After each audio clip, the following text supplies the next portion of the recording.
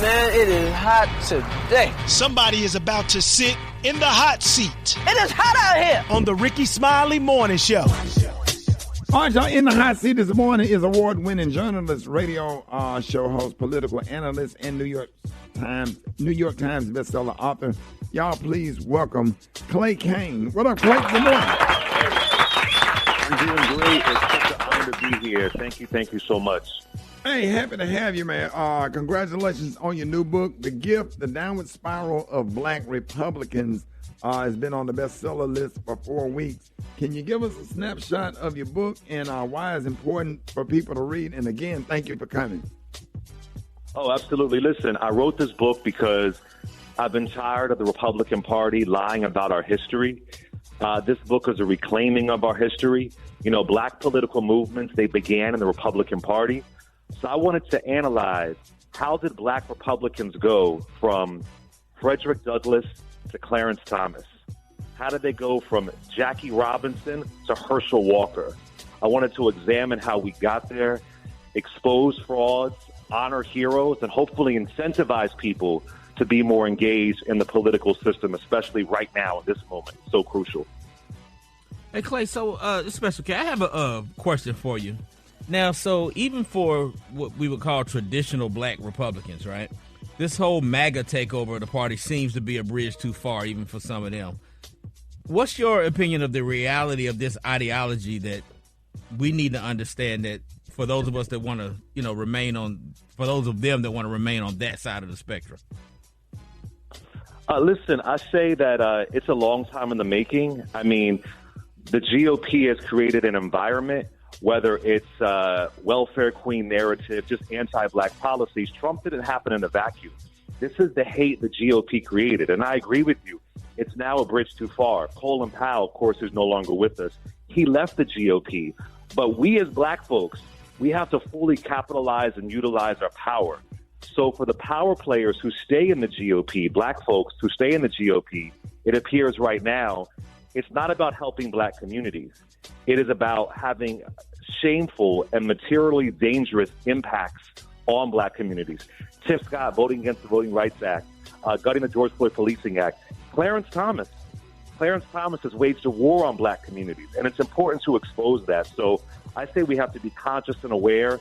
And when you got a presidential candidate comparing us to mugshots and indictments, and there's folks who will clap in the room, that's crazy. We got to call that out. We have to expose that. Yeah, Clay, and I think... Go ahead. Yeah, I think that's the thing that's so confusing. It seems like more black people are supporting the Republican Party than ever, than I've noticed in my lifetime. Do you see it as possibly an attempt to reclaim the party, or them falling for deceit? And what do you think that appeal is? I think it's two things. A lot of polls are saying that black folks are going more to the GOP. I don't know how true that is. I mean, you can never trust polls, and polls are historically wrong with black voters. But if there is any truth to that, I think it's due to misinformation and disinformation, to your point. That's why I think it's important for us to have this conversation here. And I'll also say respectfully, I think it's due to some celebrities in our community who know if they are contrarian, it'll get them a headline on Fox News, who know that if they say something that's just factually incorrect, that they'll be celebrated by some really conservative, hateful organizations.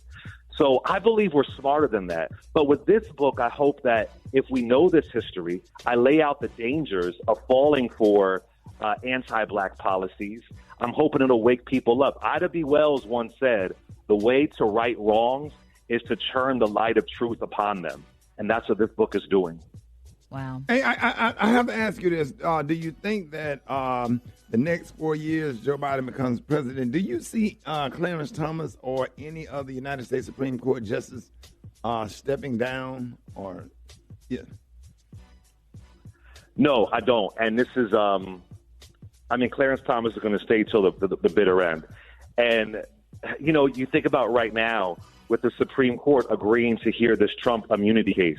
This is a conservative court, and this conservative court, affirmative action, they've waged war on that.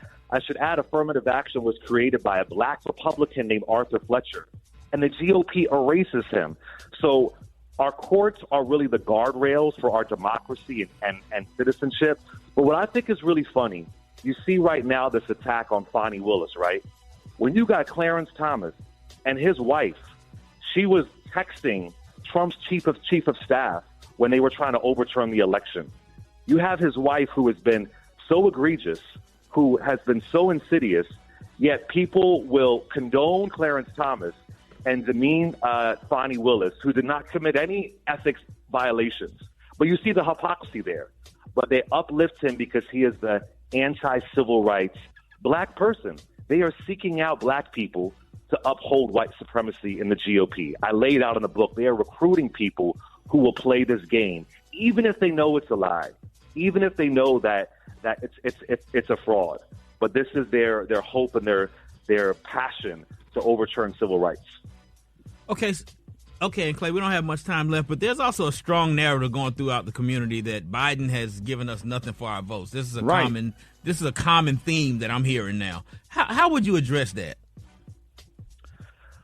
I would say that it's important to be engaged. If you don't like what you see in the political process, the answer is to not disengage, just to engage even more. I can give you a list of incredible things that have happened. More needs to be done. With student loan reform, that's a big win. The PAVE action plan, combating racism and home appraisals. But I got to also say this, in the final chapter, it's a what's next chapter. I'm from West Philly. I used to be a non-voter, and I'm not proud of that. But I didn't know civics. I didn't know how the process works.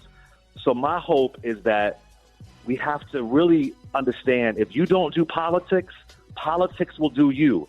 The other side, they vote. They wait 50 years to get what they want. They're consistent. I want us to turn out and fully utilize our power and push back against grifters and con artists. So a lot has been done. The record is there. But if you want more, you got to vote in more people who think like you and think like us and care about our communities. That's crucial. That's how they did it during Reconstruction. That's how Frederick Douglass did it. And Harriet Tubman did it, and Ida B. Wells did it. So it's the long game. It really is a long game.